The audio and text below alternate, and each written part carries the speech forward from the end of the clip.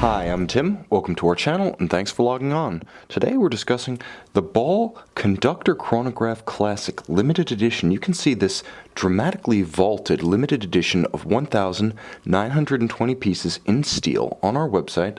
Subscribe to our YouTube channel if you enjoy these videos, and please click on the card in the upper right hand corner of the screen at any time during this video to see our full sales listing for this watch with additional accessories included, high resolution images for your desktop, and of course complete pricing details for this Ball Conductor Chronograph Classic. Now you can see on my wrist 6 1/3 inches, 16 centimeters in circumference. The watch is almost difficult to capture on the camera because of the dramatic reflections of light across that incredibly domed sapphire. Now I'll tell you this, it's not hard to read standing here. I have none of the difficulties that I'm experiencing through the lens, so please keep that in perspective as you're viewing this video. Now the watch is large, but it's not so much huge as it is simply uniquely proportioned. 51 millimeters from lug to lug is the distance across the wrist, which is par for a timepiece in this size class, especially one that's decidedly non-round. This watch recalls the tonneau type watches of the early wristwatch era in the 1920s, hence the limited edition number of 1,920 being most apropos. The thickness of the watch is dramatic, but it really only applies to the center of the domed sapphire. 18 millimeters thick. It rides high on the wrist, but you can see how the case does slope in such a fashion that you might be able to wear it underneath a dress cuff if that cuff is sufficiently loose, or if a long sleeve is that of a sweater or a sports jacket rather than a true dress shirt.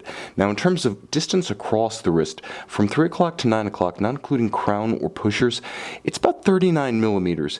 It's very difficult to compare this watch to anything, quite frankly, except perhaps a Corum bubble. But unlike the wink if you get it irony of the Corum bubble style, this watch isn't a goof.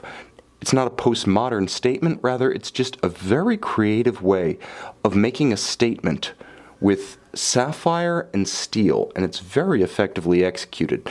Now it has a nice heft to it, but it's not excessively heavy.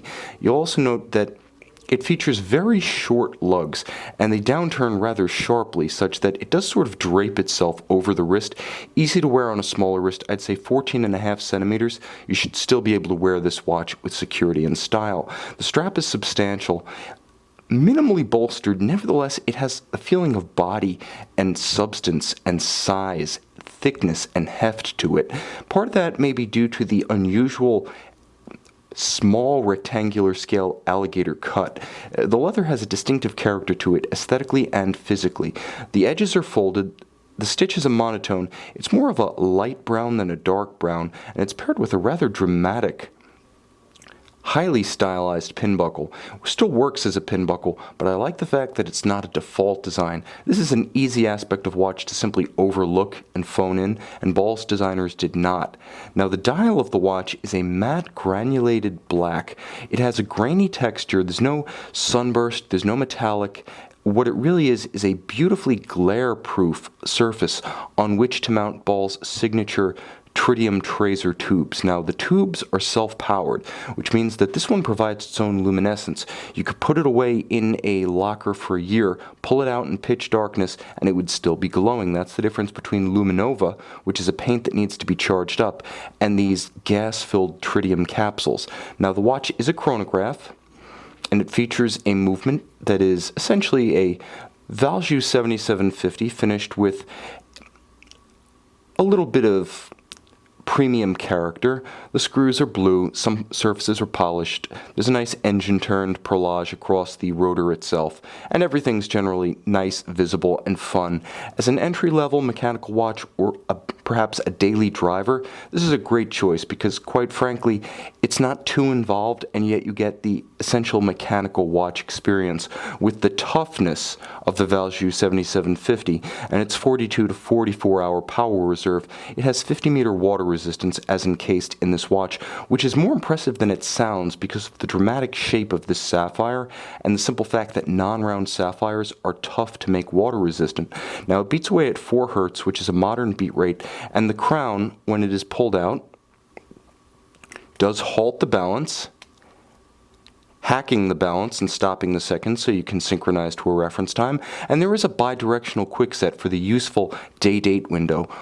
In the intermediate position, one direction changes the day, and one direction, the other direction, changes the date.